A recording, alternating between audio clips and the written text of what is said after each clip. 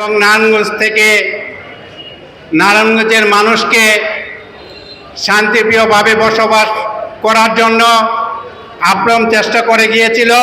আমরা তার বিজয়ের মাগফিরাত কামনা করছি।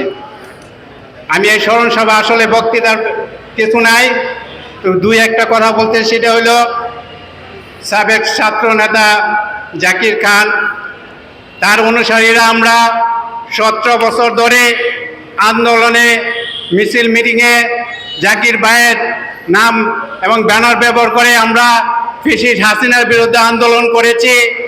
দেখা গেছে নারায়ণগঞ্জের অনেক নেতৃবৃন্দ তারা এরকম ভালো একটা স্থানে পৌঁছেছেন, মূল্যায়ন করা হয়েছে, কিন্তু জাকির ভাইকে দলীয়ভাবে সাংগঠনিকভাবে এখনো ওই রকম মূল্যায়ন করা হচ্ছে না। এই স্মরণ সভা থেকে আমি বলতে চাই, দেশ নায়ক তারেক রহমানের কাছে আমাদের আবেদন, জাকির খান নারায়ণগঞ্জ জেলা সমস্ত মানুষের স্পন্দন একটি না। জাকির ভাইকে তার মূল্যায়ন করার জন্য বিশেষভাবে আহ্বান জানাচ্ছি এবং নারায়ণগঞ্জ জেলা তথা মহানগরে বিশেষ জায়গা তাকে অবস্থান করে দেওয়ার জন্য অনুরোধ জানাচ্ছি। এই বলে আমি আমার বক্তব্য শেষ করছি।